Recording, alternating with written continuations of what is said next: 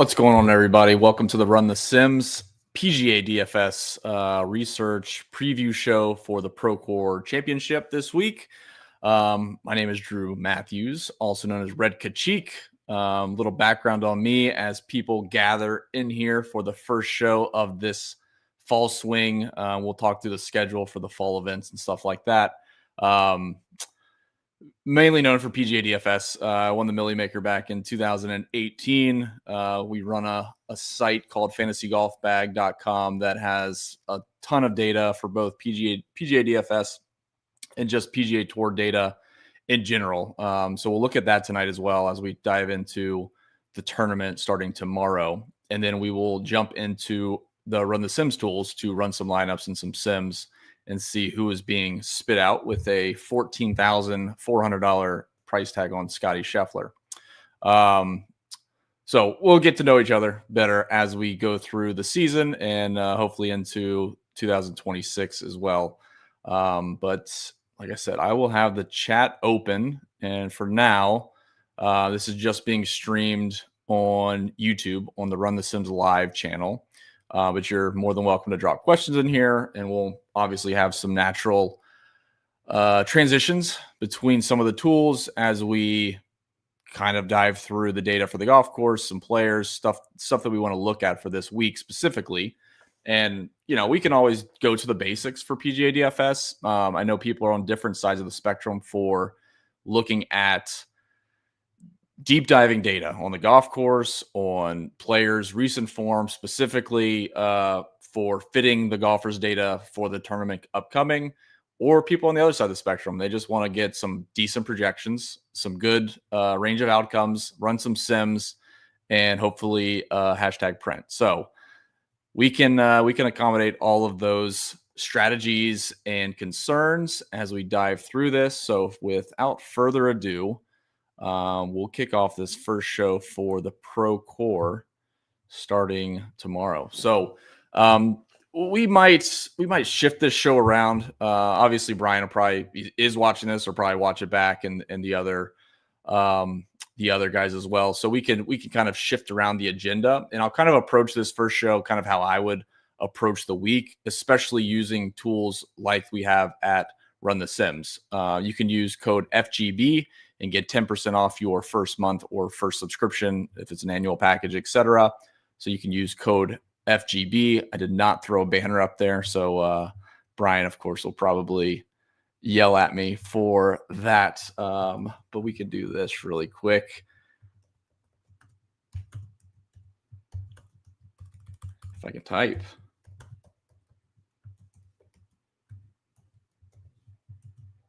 Let's see if that works.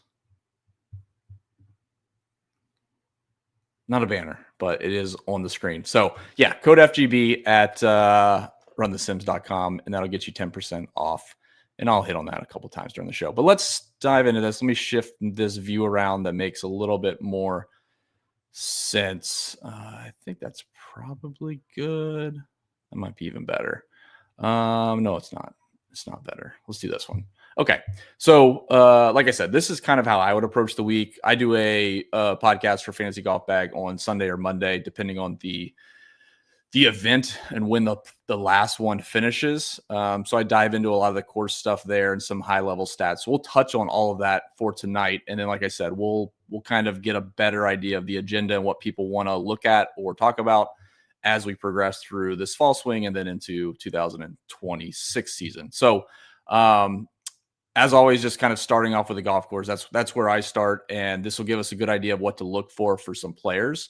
My general thought process for kind of determining a player pool at this stage of things with Run the Sims and everything that goes into projections that capture a lot of the stuff we're going to look at. And then the range of outcomes obviously will account for where the ownership is, where the field sits. It makes us, allows us to make easier decisions. So what I want to do first is kind of get a grasp on players that might stick out as being underowned or generally just plays that I want to make sure I have exposure to. And then kind of the last step would be running the Sims and seeing where the ownership and the field ownership and my ownership shakes out. So Let's dive into the Procore Silverado Resort. This is at the North Course, and we can kind of breeze through some of this stuff, but this is basically where I would start every week. We have some really cool correlation stuff down here, which we can talk about here in just a second. But as this loads, the biggest thing with PGA DFS is the golf course. Unlike NFL, unlike MLB to a degree, I guess stadiums have a little bit more hitter friendly ballparks than others, or pitcher friendly ballparks. But large and away, PGA DFS, obviously, the golf course changes every single week. And there's certain characteristics we can look for that allow us to focus our attention on certain styles of players, or perhaps what they brought into or what they're bringing into this week that might match up best for that type of golf course. So, generally speaking, you have short golf courses and long golf courses. You have golf courses with a lot of trouble off the tee, golf courses that are wide open off the tee. So it's bomber's paradise. You can do whatever you want off the tee. Generally speaking, even if putting is not super predictive, it is a very big factor in doing well in the event. We can talk through all of that data as we progress through the end of this season anyways. But the big thing for me is kind of jumping into this, looking at what the golf course provides or allows for players and how players can take advantage of it, and trying to see if that fits any specific profile. So without going into every single thing here, because I want to spend most of my time on the Run the Sims optimizer and simulator, this just gives me an idea of like the scoring. Like, is the golf course an easy golf course or a difficult golf course? And obviously this gets baked into the projections. On a very easy golf course, you'll see the projections shift higher to like, Scotty over 100 points like it is this week. And probably the average around 62 points. And then on a difficult golf course like the US Open, everything gets shifted down. So the projections should capture a lot of the stuff that we look at, but we definitely want to focus on certain stats and look at things that might benefit us in terms of an edge that doesn't get captured in a projection. So a couple of the cool things I think that the Run the Sims members will want to look at, and everybody else watching this video, is the correlations on a golf course. So we run a really cool tool that allows us to look at the form for players leading into any of the events or any of the past years for this current golf course, and see what correlations had any of those statistics carried for their finish position in that event. So you'll see on a golf course where off the tee or distance is huge. You'll see it down here. Driving distance is down the bottom this week. That would be at the very top, or maybe 1, 2, or 3. You'll see off the tee shift up quite a bit. So this gives you a really good idea of the scale of the golf course and what it's providing. Back to my original point. So this week, these are the largest correlations with lead-in form across all the players that have played over the last 10 years at this golf course. So it gives us an idea where we can focus our attention. So most of these are pretty basic, or I don't want to say generic, but these are definitely ones you would look at every single week. But you can see how like off the tee is negated quite a bit. So bogey avoidance is really high. This is basically just the stat of players hitting a lot of greens or otherwise not making a lot of bogeys.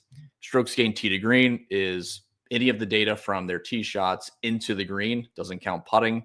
Total strokes gained is just their strokes gained metric against the field. It's everything. Tee shots, approach shots, around the green, and putting. We have greener regulation, which is a really very basic but pretty good stat.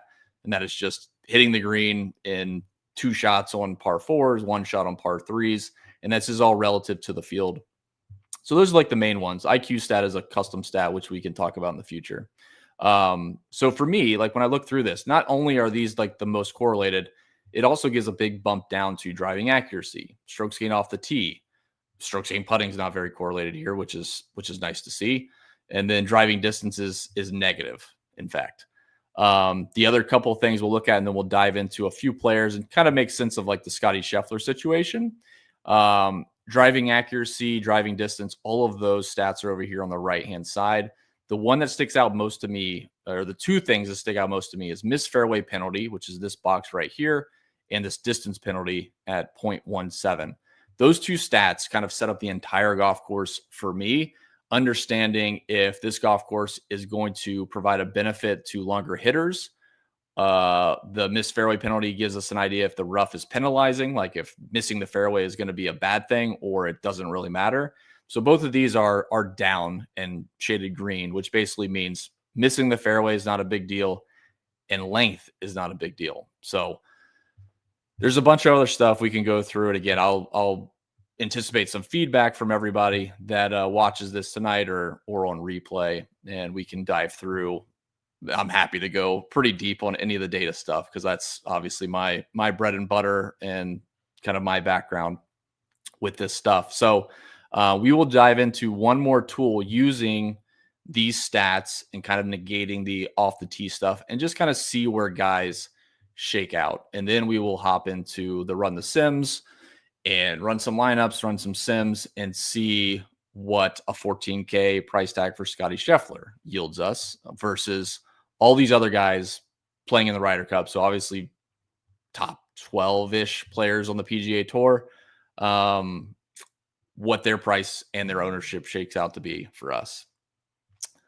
All right, so let's go back to this. So I've already prepared this. This is our stat model. So we can go through these things and add any number of stats that we want.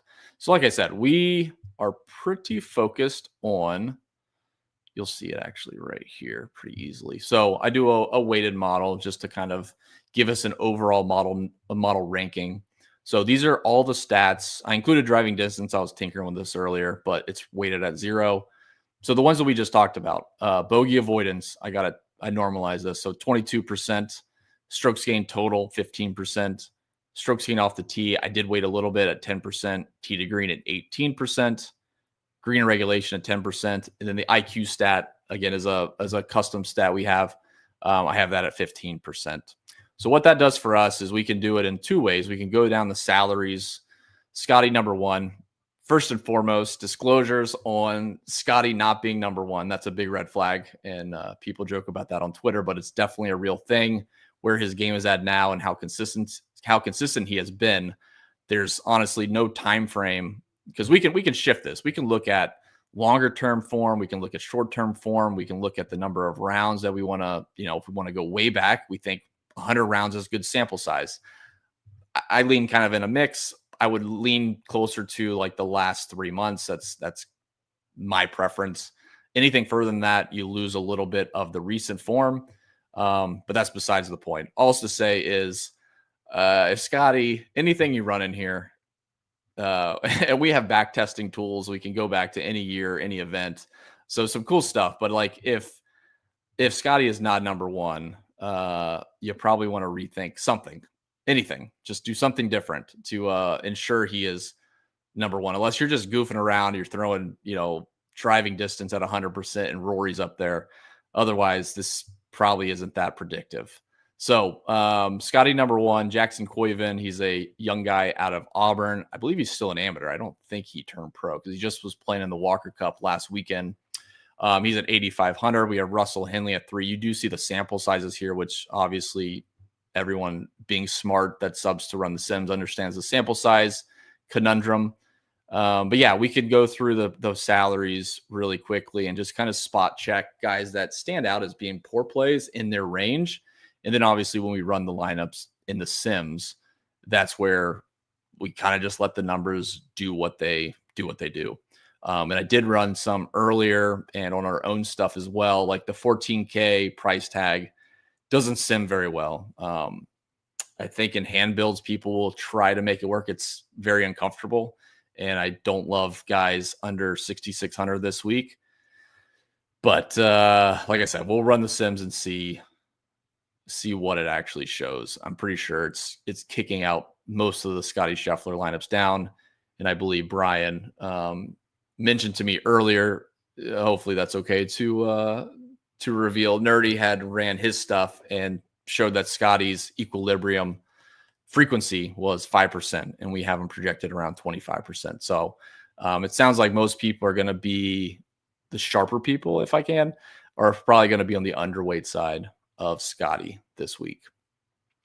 And then let the fish jam them in as much as they can. And it's just really tough to build lineups unless you go crazy and you lock Scotty into 150 and you're just hoping to hit the nuts on a couple of 6K guys. But Pretty easy to kind of go through this and see guys that stand out. Obviously, Scotty's should be included in our player pool. We'll run it. And again, relying on the numbers and the simulations to determine if he's still worth playing at his price and at the ownership. Russell Henley is a fantastic option at 10K. Ben Griffin, Patrick Cantley's probably the most popular play this week. He's still fine. You can definitely play popular plays in PGA DFS. You're obviously just have to mix with some under-owned or lower-owned plays. Cameron Young, I'm kind of indifferent. I feel like if there was a little more emphasis on driving distance this week, I would be much higher on Cameron Young. He hasn't really played well until the last 3 months of the season. It was basically maybe into June, July, August. Basically the last 3 months. Yeah. So not super high there. JJ Spawn's played very consistent. I think Morikawa was the sneaky one this week at 9,100. He's been the second highest priced guy for most of 2025. Then all of a sudden after the British Open or into the British Open, he really had a rough run and his price dropped. His odds started to drop. His ownership started to drop.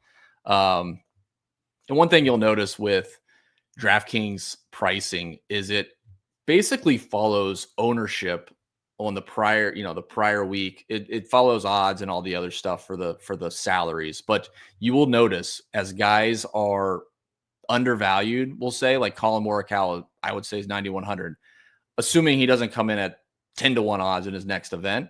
If his ownership isn't crazy high this week, he'll be close to 9,100 in his next event. It's when he gets to 32% or 28%. Now their algorithm starts to bump these guys up to try to get, I don't know what kind of equilibrium ownership they try to target, but you will definitely see a trend where a guy will be underpriced for a couple weeks in a row. Finally, he gets chalky in whatever event and probably goes hand in hand with playing decent. And he gets bumped up to 11K, goes from 9,100 to 11K off of one decent week. So definitely something to pay attention to during the PGA season. So just looking back, he was, 10K, 11K for much of the first half of the year. I would consider him when he's playing good, probably one of the top 4 guys, top 5 guys, maybe at worst on the PGA Tour. So I think Morikawa is probably the most interesting play this week at his price. Going down, there's a few guys that, we would deem are a little bit too expensive for their form bringing in. Max Homa, which you can kind of see his round by round here has gotten better. Bogey avoidance, not so much. Green and regulation. Let's go down. You can see he had a rough run to start the year, a bunch of red. Every now and then he'll pop for a couple good rounds. And he had a decent stretch there in the basically June timeframe. And then after that, it's been mediocre. So with the other guys priced around him, I'm not super excited to play him. I think he will be a little bit higher owned. I have to double check his ownership. Sammy Valimaki's in the same boat. Greaserman is, looking pretty good, and he sims out pretty well as well. Decent form coming in. He had a win back at the Rocket Classic. Actually, his last couple events weren't great. Let's see. FedEx Cup stuff. Wyndham Championship missed the cut. FedEx St. Jude made the cut. 69, 69, 68, T32. So kind of mediocre there. But do like Greaserman on this golf course. This sets up well for his type of style. We'll just go through a few more really quickly that I want to hit on. Rico Hoey is a really interesting ball striking candidate. This is probably one of the higher price tags he's had in the last couple of months. He's very good, as you can see, in all of these different categories. Off the tee, approach, tee to green, our IQ stats, green regulation. His biggest fault is putting. And as you saw in the correlations, putting was not a big correlation with success here. I'm not afraid to go back to Rico Hoey. I don't think anyone really is, but he is one of our highest ranked guys. Fantastic ball striker. He should hit a lot of greens, be in play off the tee. Not that it's really that, detrimental to miss fairways here. But yeah, Rico Hoey at 7,600, I would be very comfortable playing in single entry, hand builds, etc. Let's see here. Alex Smalley is popping a little bit.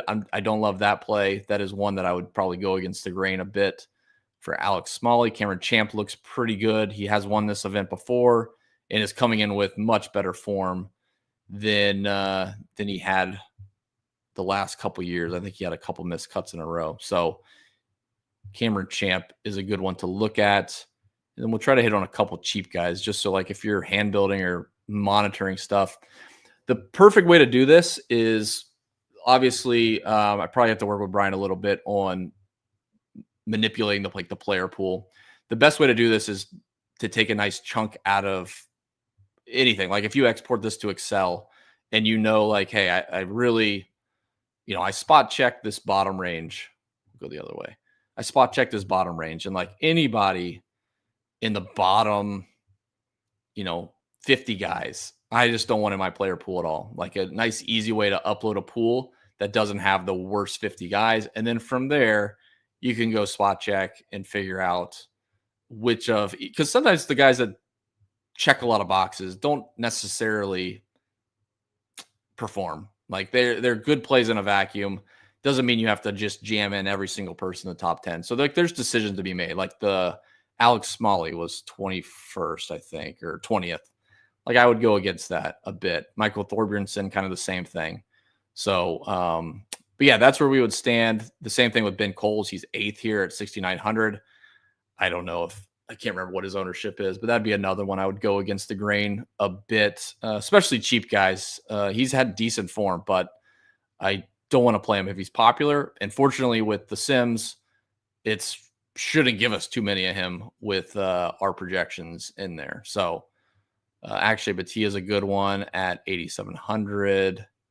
Go back to DK price really quick, and then we'll hop into run the Sims. Castillo here. Yes, that is how he pronounces his name, so don't yell at me. It's not Castillo. Logically, it is, but he says it's not. So Kevin Roy is a pretty good one at 7,200 as well. There was one other one that was cheap that I liked. Where'd he go? I think there's two, actually. Yeah, Victor Perez, kind of cheap, 7,500. There was one in the 6Ks. I got to go find him. Stephen Fisk, I think it was, or Martin Laird. So both of those, actually. Stephen Fisk is a good one at 6,900. Martin Laird's really interesting. Doesn't have a ton of sample size. You can see here he's got 12 rounds and 10 of those are shot link versus all these other guys having 30. So again, there's a sample size issue here. When you go to look at his form, let's see, CJ Cup missed the cut, 70-68. Okay. John Deere, 69-70. The ball striking stats, like the key stats I would look at, look pretty good. And even into this ISCO championship, which is an alternate field event, didn't finish well, but like at his price and for the form he had, again, off the tee is not a big thing here. Approach looks good. Bogey avoidance looks good. I think Martin Laird's a really interesting low-owned candidate. And if I'm not mistaken, I think he has a decent finish here a couple times. Yeah. So way back in 2014, 2016, some top 10s. He did have a T19 here in 2023. So did want to throw that name out there. I think he probably gets lost in the shuffle as most of the 6K guys do.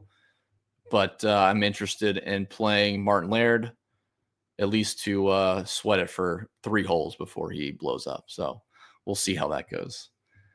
All right. I think that's it. We can always, like, if any questions come in, we can always jump back and forth. Yeah, that's pretty good. Yeah, we'll go from there. So this is how I would typically do it. So if you recall, actually, one more thing. So when we sim these, and I will say the projections and the ownership are from Fantasy Golf Bag. So we load those in for Run the Sims each week on usually Tuesday afternoon.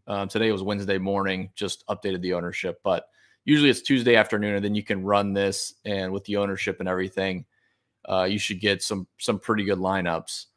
The thing I wanted to point out, though, was the way I would do it is excluding the if you think about it from like just strictly the number of players, like if you look at Scotty down to um, Michael Thorbjornsen at 8K, you're talking about 20 guys.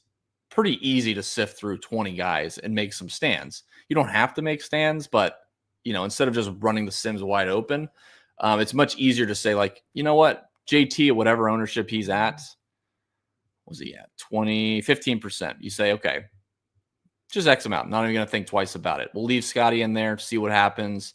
Russell Henley, I like. Sam Burns maybe is average. Max Homa, let's just take him out. Valimaki, let's just take him out. The trick is, besides like Xing out the bottom, 40 guys, it would be a little bit time consuming to go through every single guy and uncheck them that you don't want. Like there's a few in here that are worth leaving in.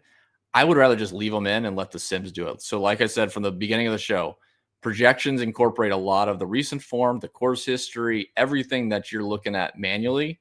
I think the Sims do a very good job if the projections are good, which I'll say they're pretty good. You'll see the players you likely don't want to play are all down here at the bottom. They're not going to get played. So I would argue there's really no need to waste your time. There's no harm in doing it. You could go through each of these and just start excluding all these guys. No big deal. But I would rely on the Sims. I would focus my attention on the guys that really make or break lineups, which is basically 7,500 up to whoever the highest price guy is. So that is how I would do it.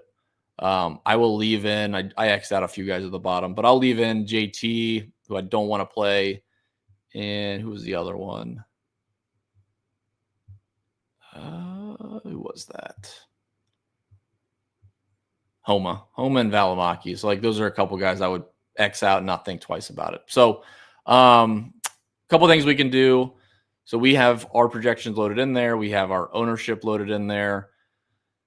Outside of you making some stands, if you want to lock Scotty and just see what the Sims do with that, which we could certainly tinker with and try. I'm just going to run some lineups and we'll sim them and see what they do. For me, if Brian's watching this, the optimized lineups is taken a bit of time for me to run through it.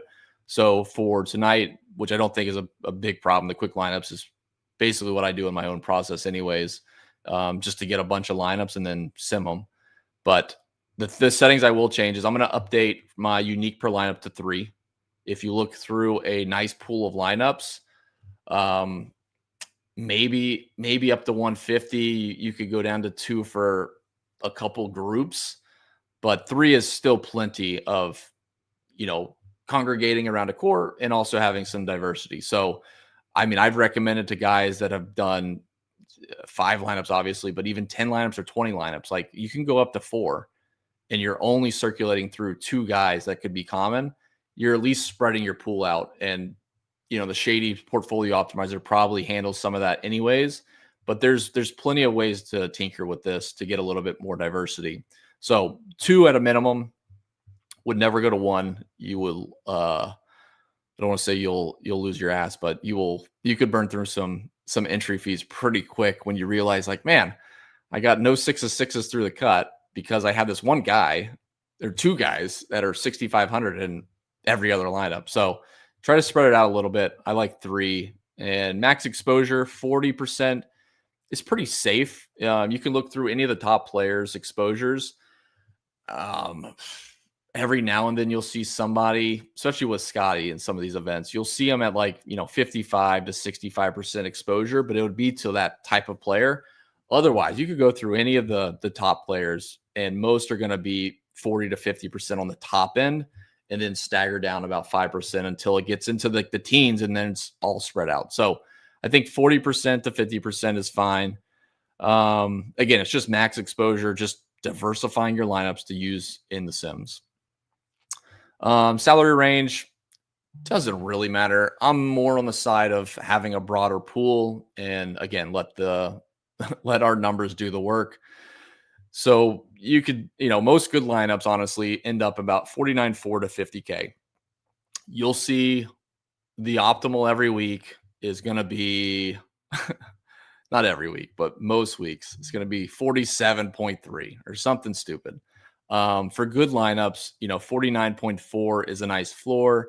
For sake of simulations, again, letting the math do the work, I will loosen it to 1500, and I likely won't get any, more than 800 left on the table, but at least it allows me to get some weird lineups. Because if you think about it, I could build a lineup with Scotty, and I don't think I would do this, but you could build a lineup with Scotty, make, have 6 guys, it all matches up, and then say, you know what, I don't want to play Scotty. I'm going to go down to Cameron Young. That saves me 5,000. And now instead of having a 7K guy, I can go up to a 9K guy, and I still have $2,000 left on the table. It's still exactly the same lineup, if not better, from a floor perspective.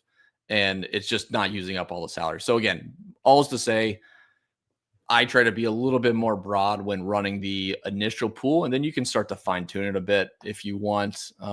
Tinker with guys' exposures, their ownership, etc. Randomness, I just kind of keep it around 20 to 25%. The standard deviations are right at about 20. I can tell you actually.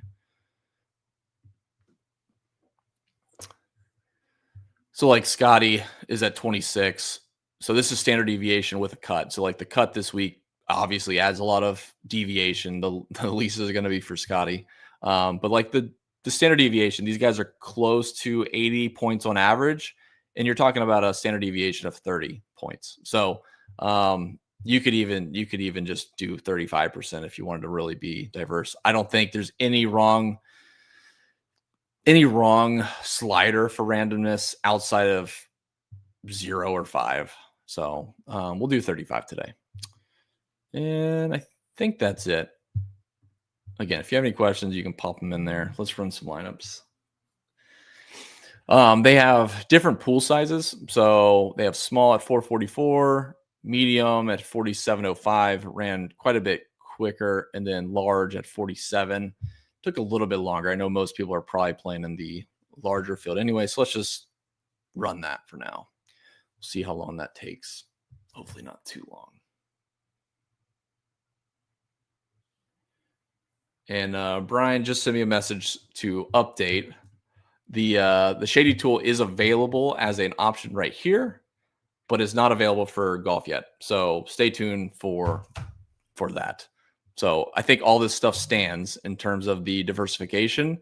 You're trying to kind of hack the program a little bit to get high enough uniques where you're not just so spread out with like a 60 player pool for 150 lineups.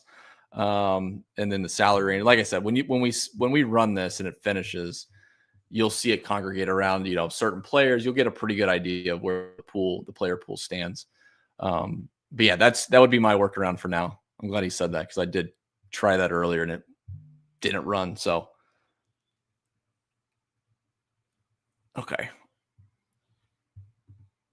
There we go. Okay. And then Brian said the quick lineups builds thousands of lineups, which I think I understood that. The first build I did was using the linear progression, and it took a while just for 2000. So trying to run it off of this, that it ran quite a bit faster.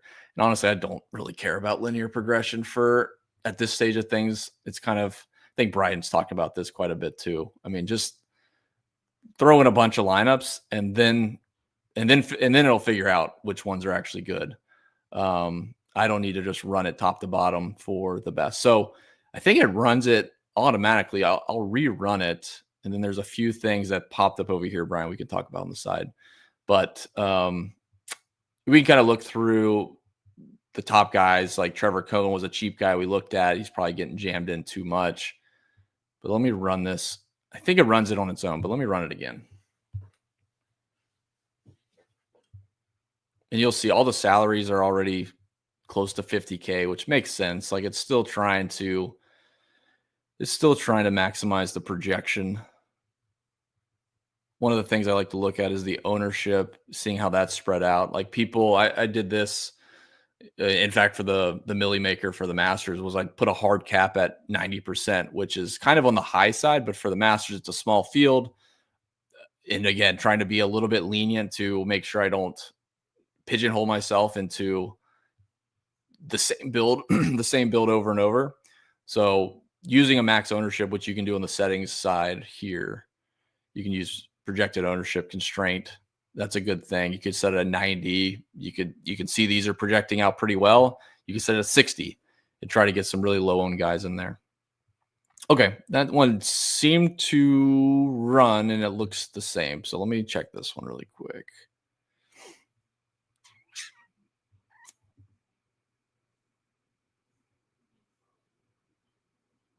It might have hosed up when I did two different build types, but we can kind of briefly look through these. And if we absolutely have to, I can download them and look through them. So this was the first one that I ran through, this factory build 2.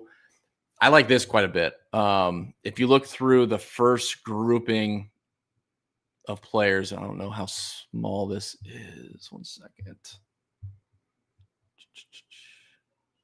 I'll take myself off for a second. I'll make this a little bit bigger. There we go. So the things I would look at is like who's popping quite a bit in all of these. So when I went through this the first time, there's a couple guys that I wrote up earlier today. So like Russell Henley, we talked about. Adam Svensson, we kind of missed. JT shows up here, which I'm not thrilled about. We could definitely go back and run it. Let's see here. Max McGreevy, we just talked about. Cantley. Like this is pretty good. Outside of Carl Phillips, you got Patrick Cantley, Russell Henley, Max McGreevy, Cameron Young, which we all talked about. Let's see here. Yeah, the JT one is the one that I don't love. So we probably could rerun it without JT and see how that shakes out. Getting a lot of Trevor Cohn too. Again, I think. Yeah, this is what I think Brian's watching. So I think this is what threw me earlier, Brian. It did it on the first one. These exposures looked pretty reasonable as trying to figure out who was in each one. And then for some reason, it might just be a factory build thing. It's showing Scotty in a bunch, which he's not. Ownership is right, but these the exposures for all lineups in top 150, I don't think it's the same somehow, but it could be for, I don't know. But let's do one more. I want to take out the guys that keep popping, and then let's see what. Okay, let's do the guys that I don't want. Right, JT. I just want to see how that sims. These all sim reasonably well. Those are all pretty modest EV numbers. Let's see here. Trevor Cohn, a bit too much. Go take a look at Mr. Trevor Cohn. 6,600. Good driving distance, which doesn't matter this week. His last couple rounds, not awful. I probably don't want a lot of them, but I'll leave them in for now. Let's just go ahead and yank out JT, though. I don't want that. So we'll take out JT. We'll just run it. We'll just run it how I kind of foresee it. Valimaki.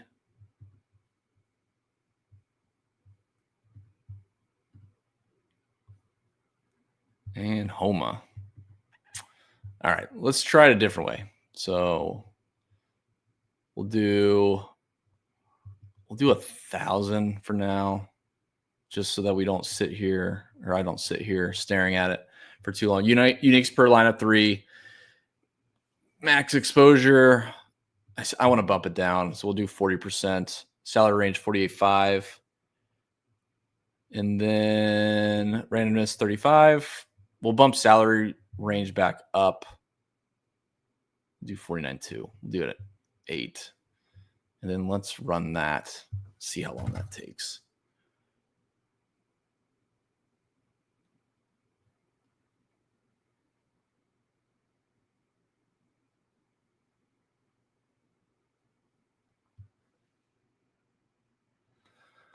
All right.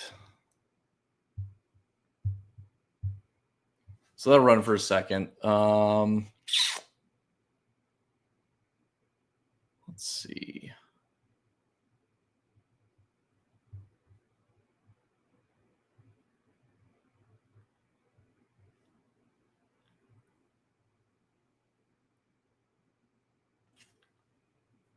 Okay, that was better. So we got 1,006. I'll run the Sims for large field. Let's see how this goes now. At least the exposure's updated. So Brian's coaching me on the side. Fantastic support as I stumble through the exposures chart.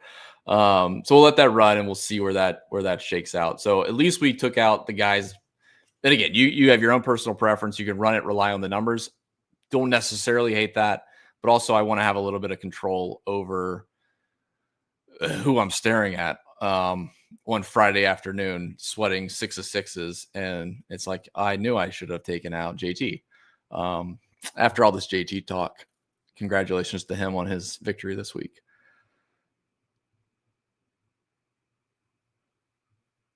All right, so that did run perfect. This is actually this looks a lot better. Scotty actually shows up in a handful. I think this also updated. He's at least in the top one, which is cool. So Colin Morikawa jumps way up, so that's good. So 26% all lineups, 37% in the top 150. And like I said, I think that's one of the plays that I would try to be higher on this week, or at least as long as his price stays down there, looking for a rebound.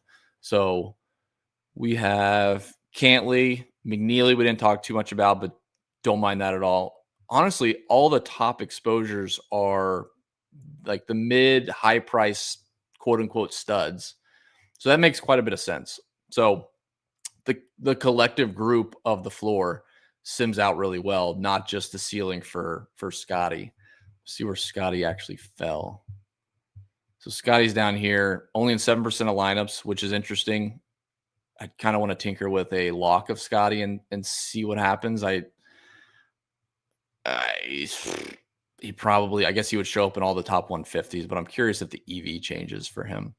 But yeah, not too high for Scotty. It is ironic though that he is the number one lineup, and then outside of that, everything is pretty balanced. Let's see. Cantley, Harris English, Russell Henley, Lipsky, McGreevy, Perez. Still getting a lot of Trevor Cohn. Where's he at?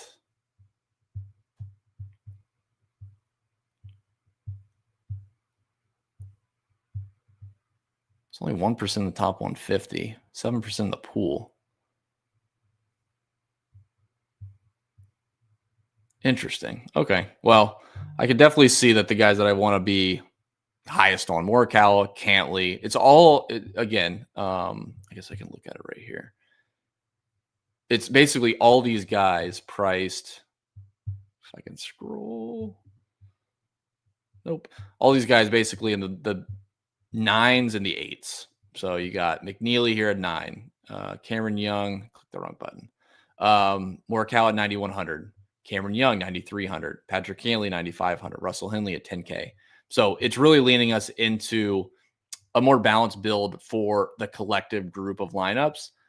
Again, it is interesting. Honestly, I don't mind playing this first lineup, but I don't know if I necessarily see that a ton where the absolute highest EV, and I guess that could make sense because theoretically he has the highest ceiling. And if you get the right grouping with him, the ceiling is the highest.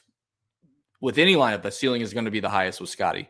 The overall performance, I guess, the median outcome is going to be these more balanced builds. So that logically does make a bit of sense.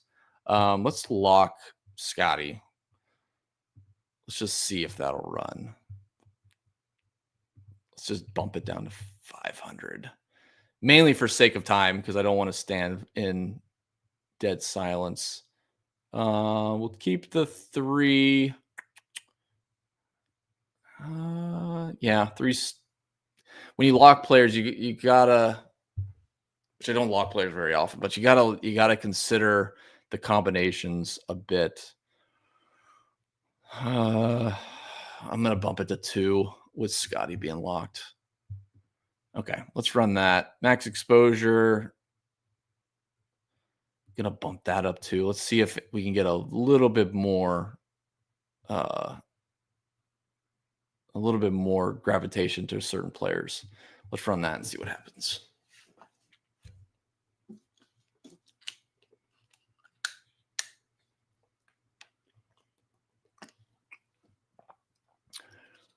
Ran pretty fast. I think Brian ramped up the servers. I'll run the large sim and let's see what this spits out. If this runs pretty quick, I can run some more lineups with Scotty locked. I'm curious. Groupings are a big thing too, so I'll just throw that out there for Brian and his team as well. And again, I don't know what the timeline is for the shady thing, but it's probably going to do something similar to this idea, anyways.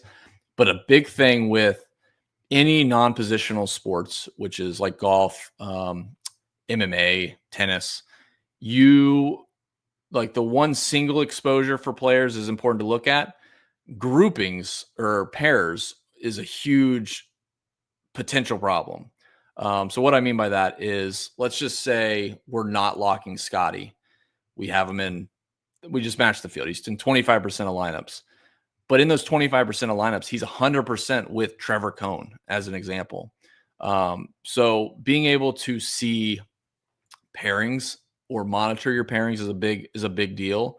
And what happens is a guy like Scotty, and again, assuming we're matching the field at 25%, you get him with 100% of a guy. It's hard to see that when you're building 150 lineups. Most people don't take the time to go look through the exposures for those exposures, like how those match up, and you'll get a pair, and even up to 3, and it'll be a lot of them. And if one of those busts, it doesn't matter how much exposure you have to Scotty. And it's the same thing if Scotty, if you're overweight, you're 75% on the 75% exposure, and he's 25%, you're 50% over the field.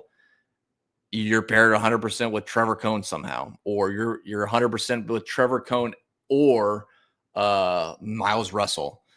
It creates a big problem, and I assume the EV probably gets tracked that way, and hopefully your diversity spreads it out. But that is something definitely to keep an eye on when you're building lineups, because that has definitely happened in practice or in real life. And I wish I would have spent more time looking at it in practice in the past. So I didn't have to stare at lineups where, like, I have the winner, but he's somehow paired with this idiot in all the lineups. So, all right. So that ran EV, Scotty. Honestly, these all look pretty good. EV actually goes up, which is interesting, but you start to see a lot of the same guys. So a lot of Max McGreevy, Henrik Norlander, which I haven't even looked at this week. Hayden Springer as well. Yeah, I think you would have to bump up the min uniques quite a bit. Let me think.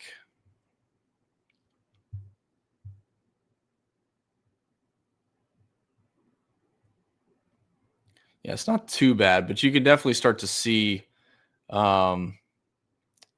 were just talking about pairs. So like Scotty with Thomas Rosenmuller. Well, how about Scotty, Rosenmuller, McGreevy? Then you got Scotty, Rosenmuller, McGreevy. They're going to start to show up in multiple places. So again, just something to look at. And then the uniques is a big way to accomplish that. Pretty good. What was the EV of those last ones? So yeah, like moderately in line. We'd say the top one was this one here at 212. All the rest were pretty much in line with that, 150% or so.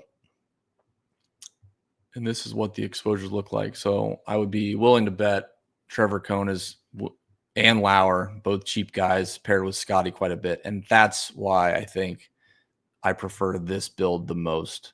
I would much rather have these exposures. Let's say I take just the top 150 blindly.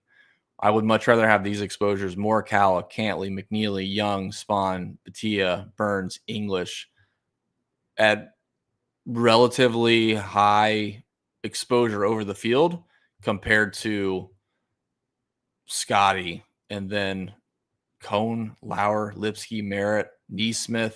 I mean, these are guys that probably aren't even in this pool of 150 lineups. And the only reason they're in there is because I had to jam them in to fit. See, there's Lauer at 3%. So now you change the entire exposures from 3% to 20%. Who was the other one? Trevor Cone. It was down here somewhere. But all right, we won't take up too much more time. But that's a pretty good example of trying to read through how to tinker with some builds, figure out the EVs. Like Scotty wins a good chunk of times, and those lineups, when those guys make the cut and finish in the top 20, it still happens at a reasonable clip. But man, looking through those exposures, this is a vastly, if I had, if we had two people, player A and player B, entering 150 lineups, even in a Scotty win, and this person had 100%, you have a ton of landmines of cheap guys.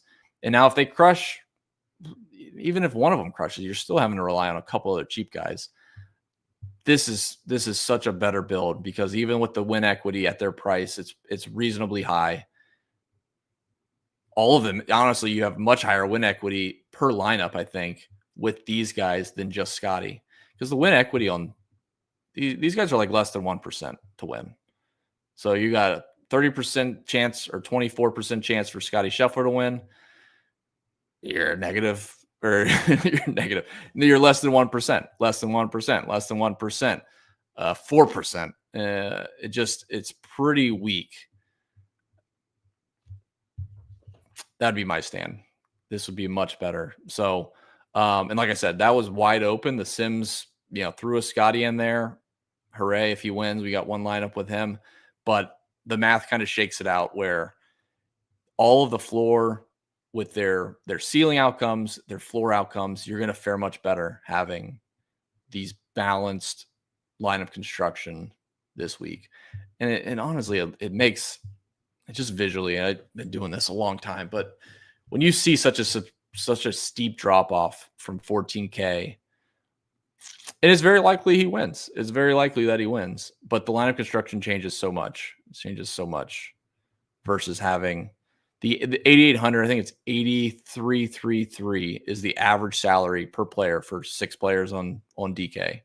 So just building around that, you could have 3 players, sort by salary, 3 players, 7,500 to 8K. Pretty good players, pretty good floor.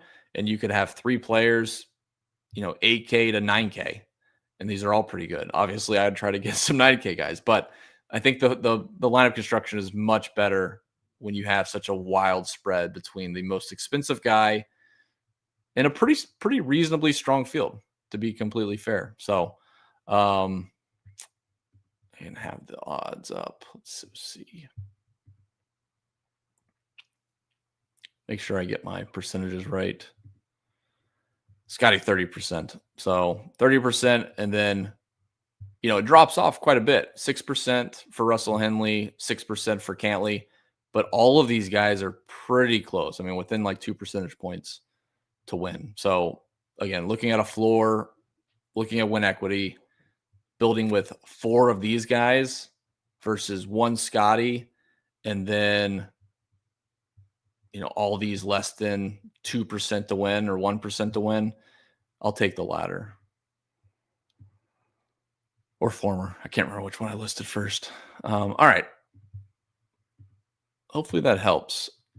Gets us off to a good start. Like I said, you're welcome you can follow me on Twitter at Red Kachik. You can pop questions in here, obviously in the Run the Sims Discord and in-game syndicate, etc. But we can look to kind of tinker around and tailor this to being more pre-data into the event, and then also diving a little bit more into like the projections and the sims and how, slight, I have to talk to Brian about this, but like how slight variations in ownership might affect the sims and what the field's being spit out. So more to come, but let me find my banner I made. You can sign up for the PGA package at Run the Sims and check out their sims. Obviously, they have a fantastic team behind them and doing very good work. And it's a pretty good spot to be, honestly. All their sports, NFL. I know NFL was their bread and butter, but like golf's a big one. I know Nerdy loves it and talks about it. Seems like every stream they do, it somehow golf comes up. But you can use code FGB to get 10% off for any of their golf packages. So that is it, guys. Best of luck this week for the Procore Championship. We got a break. I did not bring up the calendar, but for those that are interested, we have. Let me go find it really quick. And then we'll wrap this up. We're right at an hour, so hopefully that works. This is the schedule, so it's kind of wonky. Threw this in ChatGPT to pretty up a table. This is what I got, so don't yell at me. It does have a golf club down here, so it's smart enough to determine this is golf tournaments. Procore this week. Then we have the Ryder Cup in 2 weeks. I honestly do not remember. I don't think they did any showdown. They might have done Captain Showdown, or they tried it. Was that 2 years ago? So I'm not sure what they're going to have for those contests. So stay tuned for that. Obviously, NFL is in full swing, and people have their head wrapped around that at the moment. Then we'll come back. So we got a 2-week gap to the Ryder Cup. We'll see what they have for contests. And then we jump into the Sanderson Farms Championship, the Bay Current Classic, Bank of Utah Championship. That can't be the real name. And then the Butterfield Bermuda Championship, the RSM Classic. So that's October, 2 in November. So there's some little breaks in there. And then the Hero World Challenge, which is like a 20-man deal for Tiger down in the Bahamas. So basically you got the Procore, you got all of October, a couple in November, and then we have a little break until January 1st when the Century Tournament of Champions comes up. So I think that'll do it, guys. FGB, 10% off PGA subs. Good luck this week. Curious to see how the exposures shake out and where if Scotty's at 25% projected right now, we'll see how much lower or higher that comes out to. So best of luck, guys. See ya.